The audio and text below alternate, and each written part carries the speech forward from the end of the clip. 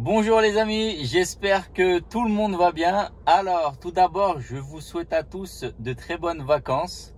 Bonnes vacances à ceux qui sont toujours en vacances ou qui vont y aller. Et bon retour à celles et ceux qui sont du coup de retour.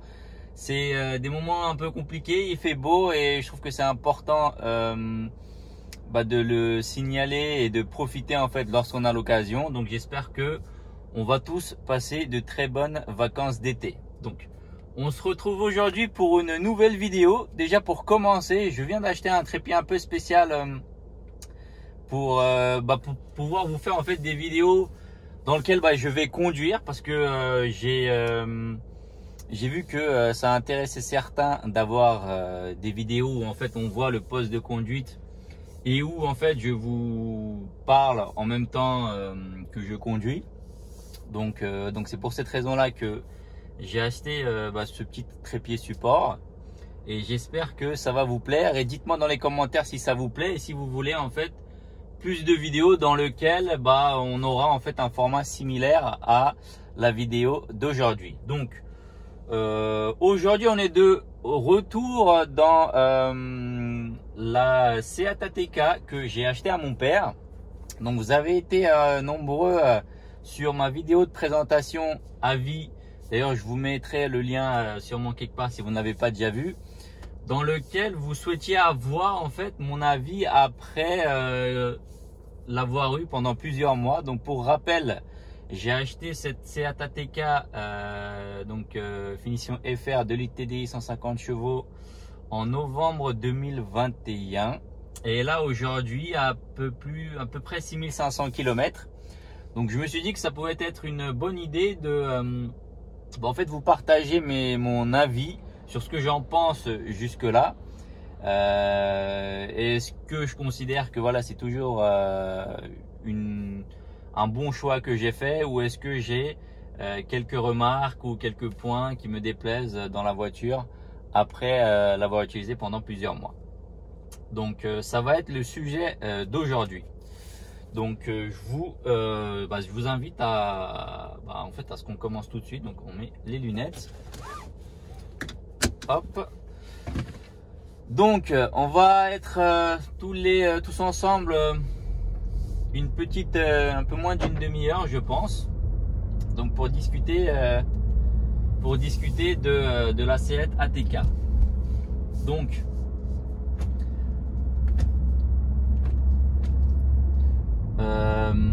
alors on va faire du chemin de ville, mais on va commencer par un petit peu d'autoroute et de nationale. Donc pour rappel concernant la voiture, donc c'est une Seat ATK 2 litres TDI 150 chevaux en finition FR. Alors en fait j'ai eu une question par un de vous la dernière fois. Alors c'est pas parce que c'est une finition FR que ça veut dire qu'il y a absolument toutes les options dans le catalogue. Donc pour juste vous donner un peu d'exemple sur de comment est-ce que ça se passe les finitions chez Seat. Donc en fait vous avez deux finitions haut de gamme, un qui s'appelle Experience et un qui s'appelle FR, qui sont en fait les deux finitions les plus haut de gamme de chez Seat. Donc et en dessous vous avez deux autres finitions il me semble qui sont d'entrée de gamme et de moyenne gamme. Et c'est vrai que la finition FR fait partie des finitions dans lesquelles vous aurez le plus d'options. Mais il ne faut pas croire que parce que vous avez une FR, ça y est, vous avez toutes les options du catalogue. Donc par exemple dans la mienne là, on a par exemple ce qui manque comme option. Il nous manque le volant chauffant, il nous manque les sièges chauffants. Moi j'ai des sièges mi-cuir, mi-alcantara. Alors et on peut avoir l'option siège tout cuir. Et il y a par exemple notamment le toit panoramique d'ailleurs qui me manque, et c'est vraiment l'option que j'aurais vraiment aimé avoir. Mais au cas où, si vous vous en souvenez, en fin d'année dernière il y avait vraiment de gros problèmes d'approvisionnement. Et j'ai eu de la chance d'avoir ce modèle là en stock, et malheureusement en fait il n'a pas le toit ouvrant. Et sinon, vous avez par exemple aussi l'option System IFI Beats, que j'aurais aussi aimé avoir, mais bon, un peu moins que le toit panoramique. Et en fait, donc comme j'ai acheté cette voiture là pour mon père s'en fout un peu d'avoir un système Beats. Et il y a quelques autres petites options en fait qui manquaient, que vous pouvez également avoir, qui coûtent pas très cher, et que c'est dommage d'ailleurs de ne pas les inclure, enfin de ne pas cocher les cases en fait de base. Mais voilà, en général, vous savez, lorsque un garage commande des voitures, ils prennent, voilà, parfois ils prennent du temps de vraiment prendre des options bien choisies, etc. Et parfois ils mettent la finition, ils disent on va prendre comme ça, et puis voilà. Donc il y a aussi quelques petites options un peu sympas, par exemple dans le coffre où vous pouvez avoir les sièges arrière qui se rabattent électroniquement. Donc moi ça c'est du manuel, par exemple je dois aller rabattre moi-même, et j'ai pas le petit truc dans le coffre qu'on tire et puis qui nous permet de rabattre les sièges. Donc bref, donc première chose, voilà, c'est pas une voiture, j'ai pas toutes les options du catalogue. Ah, on a une magnifique Bentley Bentayga rouge là qui passe juste à côté. Donc ensuite, alors donc comme je vous ai dit, la voiture aujourd'hui est là 6500 km. Donc en fait c'est pas beaucoup par rapport, donc si on se dit que donc, je l'ai acheté en novembre, ça fait donc ça fait 9 mois. Donc en 9 mois j'ai fait 6500 km, c'est vraiment peu. Mais la raison en fait de mon achat, c'est donc pour mon père. Mon père a une autre voiture, petite citadine qu'il utilise tous les jours, et celui-là il le prend en général pour faire des grands trajets, pour rouler le week-end avec. Donc et la raison primordiale en fait de l'achat, c'est que là dans les jours à venir, cette voiture mon père va partir en vacances avec. Donc dans quelques mois elle aura plus de 10 000 km, donc 10 000 km de plus, pardon. Donc peut-être qu'à la rentrée d'ailleurs, si ça vous intéresse, je pourrais vous donner mon avis après 20 000 km, qu'est-ce qui se passe, vous donner aussi, parce que je ferai aussi une révision lorsqu'il sera de retour de vacances, et je pourrais vous parler aussi de combien ça coûte, une révision, de combien est-ce qu'on doit faire la révision, est-ce que ça coûte cher, est-ce que j'ai eu des problèmes, etc. Donc dites-moi dans les commentaires d'ailleurs si ça vous intéresserait. Donc on va commencer par le moteur. Donc comme je vous ai dit, c'est 150 chevaux, c'est un 2 litres TDI. Donc normalement les 2 litres TDI dans le groupe Volkswagen, vous avez des 110 vous en avez une version qui fait 110 chevaux, une qui fait 140, ça c'est l'ancien, et en fait celui-là c'est la version révisée du 2 litres TDI 140, et qui maintenant du coup aujourd'hui fait 150 chevaux. Et honnêtement, est-ce que c'est assez? Moi je pense que oui. Alors faut savoir que c'est pas une voiture sportive, mais dans la façon de la conduire, en fait c'est une voiture qui se veut un peu dynamique. Donc c'est un peu plus ferme qu'une Volkswagen que vous pourrez avoir, qui a exactement le même moteur, le même châssis et autres. Mais c'est plus ferme, donc vous pourrez avoir envie de conduire de façon dynamique avec. Donc moi je considère que 150 chevaux c'est suffisant au vu du poids que ça fait, et je vois pas l'intérêt par exemple de prendre 190 chevaux qui est le modèle au-dessus, sachant que donc c'est une version, celle-ci, qui est 2 roues motrices. Donc vous avez uniquement les roues avant qui tirent la voiture, c'est pas un 4x4. J'aurais aimé avoir un 4x4, mais franchement j'aurais aimé, parce que quand vous avez un 4x4 en fait vous avez beaucoup moins de risques de patinage, et on va revenir un peu après, mais c'est un problème sur la voiture, mais ça coûte beaucoup plus cher et vous en avez beaucoup moins de disponibles. Vous aurez beaucoup plus souvent des versions 2 roues motrices, donc traction, que des versions 4x4.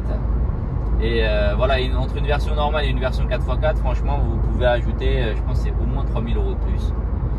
Et pour l'utilisation que mon père va en avoir, franchement, c'est pas utile. Après, c'est quand même sympa d'avoir un 4x4 du coup, parce que ça risque moins de patiner. Par contre, lorsque vous avez un 4 roues motrices, la voiture est plus lourde. Donc peut-être que si j'avais un 4x4, je vous dirais, écoutez, 150 chevaux, c'est voilà quoi, j'aurais bien aimé avoir 20, 30, 40 chevaux de plus. Donc, pour le coup, c'est pas le cas ici. Ensuite, par contre, le problème ce que je rencontre, et en fait, c'est pas vraiment un problème qui est lié à cette voiture-là en particulier.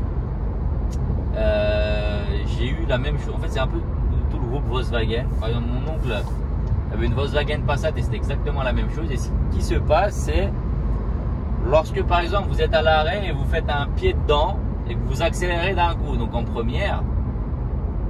Donc, c'est normal qu'une voiture patine, une traction surtout patine lorsque vous faites ça.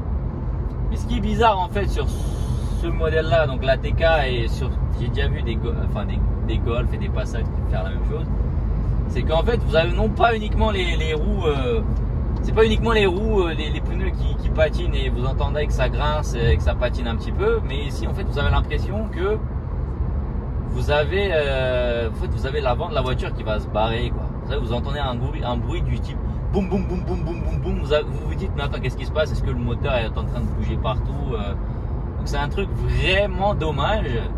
Et du coup en fait ce qui vous conduit à, en fait vous pouvez pas faire de pied dedans. Donc par exemple si vous voulez, vous êtes à l'arrêt, je sais pas moi, au rond-point, et vous voulez voilà, démarrer tout de suite avant qu'il y ait quelqu'un à gauche qui arrive, bah, vous pourrez pas mettre pied dedans en fait. Vous devrez démarrer doucement.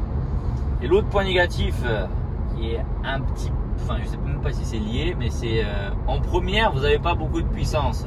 Et ça pour le coup c'est pareil pour toutes les Volkswagen que j'ai eu, des Touran pareil, les Golf pareil, les Passat pareil. En première vous n'avez pas de pêche. Donc voilà, vous attendez pas à démarrer en première et avoir voilà, à ce que ça accélère quoi. Il faut en fait démarrer doucement et attendre que ça passe la seconde avant de vous dire, avant de vous attendre en fait à avoir un peu de puissance. Donc voilà. Ensuite, concernant la boîte de vitesse, bah, franchement c'est excellent. Donc c'est un DSG 7 rapports. Donc la boîte DSG de toute façon elle est réputée pour être douce et rapide. Sur cette voiture là c'est pareil. Franchement c'est une superbe boîte. J'ai rien à dire là-dessus. Niveau consommation, alors franchement moi je trouve que ça va. Si on peut enfin si vous roulez tranquillement sur autoroute etc, que vous respectez, voilà, vous roulez pas en sur-régime, voilà, vous roulez normalement, j'ai envie de dire, sans être trop agressif. En autoroute, franchement, vous ferez du 6 litres au 100 assez facilement. Si vous roulez tranquillou dans un cycle mixte, vous pouvez vous en sortir pour 6 litres 5 au 100 km. Et franchement, on reste quand même dans le principe que c'est, en fait, ça reste quand même un petit SUV. Et faire du 6 litres 5 au 100 dans un petit SUV, c'est quand même sympa. Et d'autant plus en ces périodes où vous payez, je dis vous, mais voilà, où on paye 2 € le litre. Donc niveau consommation, il n'y a rien à dire. Le 2 litres TDI 150 chevaux, c'est pas gourmand. Et c'est plutôt silencieux en réalité, hein. Donc il y a pas mal de gens qui se plaignaient de l'ancien 2 litres TDI comme quoi c'était bruyant. Celui-là, franchement, moi je trouve que la voiture est plutôt silencieuse, super agréable à conduire, donc là-dessus, j'ai pas de point négatif. Ensuite, sur le système multimédia, alors je vais pas vous cacher, moi j'utilise toujours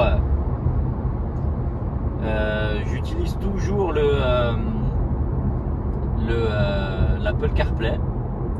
Le système en tant que tel, je trouve qu'il est bien fait, il est réactif, l'écran est top, il n'y a rien à dire là-dessus. On s'y fait en fait, c'est pas ultra intuitif, mais c'est pas très compliqué non plus, donc on s'y fait vite. Mais voilà, on va pas se le cacher, vous allez en fait vous connecter une fois avec un câble sur votre téléphone Android ou Apple, et puis ensuite ça va automatiquement se connecter à chaque fois que vous entrez dans la voiture. Là c'est pas le cas parce que j'ai dû désactiver le Bluetooth parce que je filme avec mon téléphone. Mais sinon en fait vous allez toujours utiliser l'Apple CarPlay. Et il est bien intégré niveau image, etc. Mais par contre, j'ai remarqué que ça buguait, et ça buguait en vérité assez souvent. Vous avez en fait l'écran qui devient un peu violet, bizarre, et ça s'affiche un peu bizarrement, alors, comme si en fait il y avait une antenne qui captait plus. Vous savez, quand vous avez une télé et vous captez pas trop une chaîne, ça part un peu dans tous les sens. Et bah ici c'est la même chose. Vous avez l'écran qui freeze, vous avez les boutons, c'est plus super actif, vous appuyez et rien ne se passe. Donc j'ai eu aussi un commentaire dans lequel apparemment on a une personne qui aurait acheté en fait cette même voiture là et qui aurait eu le système multimédia complètement HS et qui a dû attendre un mois ou deux, j'en sais rien, pour qu'il puisse le changer. J'espère que j'aurai pas ce même souci là, mais je peux vous dire que voilà, j'ai rencontré quelques problèmes avec le système multimédia. Donc voilà, je sais pas, je pense pas que ça va partir tout seul. Forcément besoin de faire une mise à jour, mais en même temps j'ai pas trop envie de faire une mise à jour si je me rends compte qu'après en fait il va avoir les mêmes problèmes que la dame là qui m'a mis sous commentaire. Donc bon, voilà, petit point, petit bémol. Sinon sinon je suis vraiment content en vérité, je vais pas vous cacher. Voilà, faut maintenir en tête le prix que ça m'a coûté. Donc juste pour vous dire, une finition FR, vous en aurez à peu près pour je dirais entre 32 et 34 000 euros. Et franchement, je pense que pour le prix que ça coûte, c'est beaucoup d'argent, hein. Faut pas croire que 34 000 euros dans une voiture, c'est pas beaucoup d'argent, c'est beaucoup d'argent. Mais au vu de la concurrence et au vu de ce que la voiture apporte par rapport à ses concurrents pour le prix qu'on a payé, moi je suis encore super content de mon achat. Donc voilà, il n'y a rien à dire là-dessus. D'ailleurs, j'ajouterai quand même une petite chose. Donc déjà, j'espère que ce nouveau format va vous plaire. Ensuite, j'ai eu un commentaire comme quoi il y avait certains qui se plaignaient que c'était pas suffisamment professionnel. En fait, je vous rappellerai juste, c'est pas méchant hein, ce que je dis, et je prends pas non plus votre commentaire comme méchant, mais moi je fais tout cela uniquement dans un but informatif. Donc c'est pas mon job, hein. Moi je suis un particulier comme vous. Cette voiture là je l'ai payée, je roule avec dans la durée. Et si vous voulez en fait voir des vidéos super professionnelles avec des plans, avec des drones, etc. machin, ouvrez TF1 le dimanche ou M6 le dimanche, regardez Turbo Automoto. Donc où vous pouvez aussi avoir en fait des vidéos de présentation de ce même modèle. Par exemple, vous pourrez en avoir des dizaines sur YouTube. Regardez-les si vous voulez quelque chose de très professionnel. Moi je suis pas professionnel, c'est pas mon job, je gagne pas ma vie là-dedans. Et d'ailleurs je vais vous dire aussi quel est l'intérêt de regarder mes vidéos en plus de ce que les autres journalistes, pour le coup c'est leur job, font sur YouTube par exemple. Moi cette voiture là je l'ai payée, donc je vais l'utiliser sur la durée.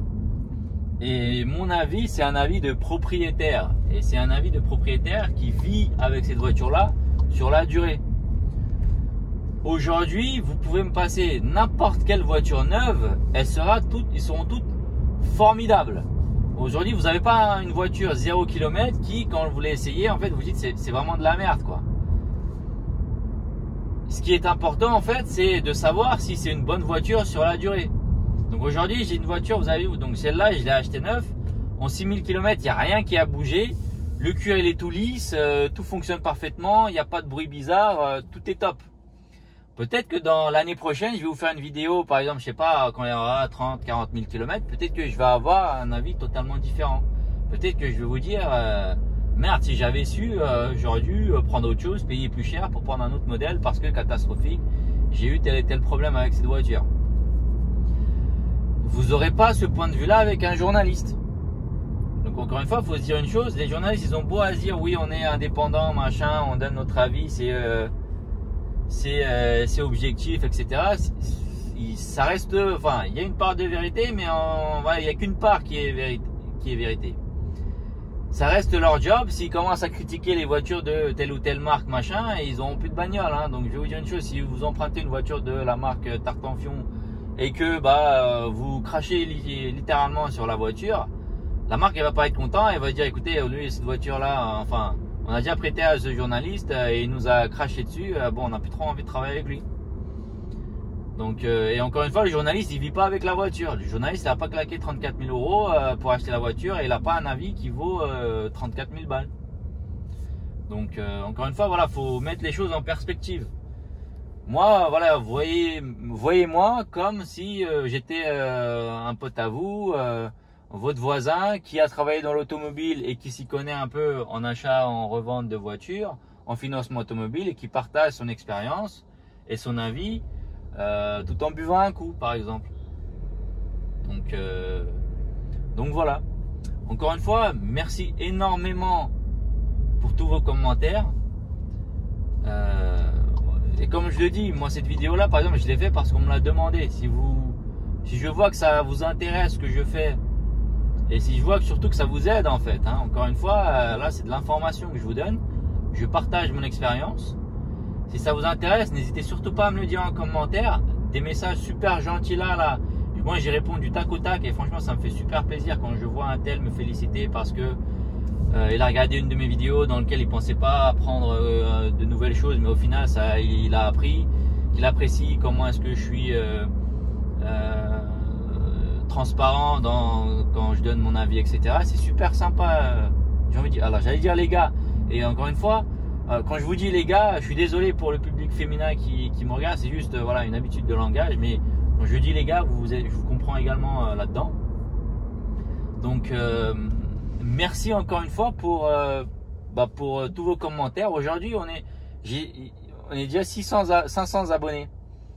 Donc merci énormément. On va se dire que pour objectif, on va se fixer les 1000 abonnés. C'est un chiffre, franchement, ça me ferait super plaisir qu'il y ait de plus en plus de personnes en fait qui regardent mes vidéos, qui regardent ma chaîne. Et que en fait ça me motive aussi à investir dans des trépieds spécifiques, à faire plus de vidéos, etc. Donc merci énormément pour votre soutien. J'espère que voilà mon avis après 6500 km vous permet d'en savoir un peu plus sur cette voiture là si vous comptez l'acheter. Moi je suis super satisfait. Donc comme je l'ai dit, regardez là, j'ai fait 24 km. J'ai fait un peu de, on a parlé quoi, une demi-heure à peu près. J'ai fait un peu d'autoroute, j'ai fait un peu de ville. Je suis à 5,1 litres au 100. On est dans un petit SUV les gars. Moi je trouve que franchement je trouve que ça consomme peu. Un point négatif, je trouve que le réservoir est un peu petit. Donc je crois que ça fait 50 et quelques litres, je suis pas certain. Et je trouve qu'il est un peu petit. Parce que même s'il ne consomme pas énormément que ça, en fait vous passez quand même assez souvent à la pompe. Donc voilà, tiens, je vais vous essayer de vous montrer ce que j'entends par, vous savez les petits à-coups là. Je sais pas si vous allez pouvoir le voir ou non. Donc je vais m'arrêter ici. Regardez, je me mets à l'arrêt. Donc je suis à l'arrêt, je vais mettre plein de pieds dedans et regardez ce que ça fait. Tiens, bizarrement pour problème du live. Bon, pour cette fois ça n'a, à part patiner, ça n'a rien fait. Je pense que ça a plutôt bien adhéré sur le goudron. Bon, je pense que vous avez compris le principe. Donc la vidéo est suffisamment longue là, on va pas en faire davantage. Merci énormément encore une fois pour votre soutien. N'hésitez pas à lâcher un commentaire, à vous abonner à la chaîne s'il vous plaît, c'est super important. Et à me dire si ça vous plaît ce nouveau format et si vous voulez que je fasse la même chose avec par exemple ma Citroën C4 ou avec un autre véhicule. Merci à tous, à très bientôt, ciao ciao.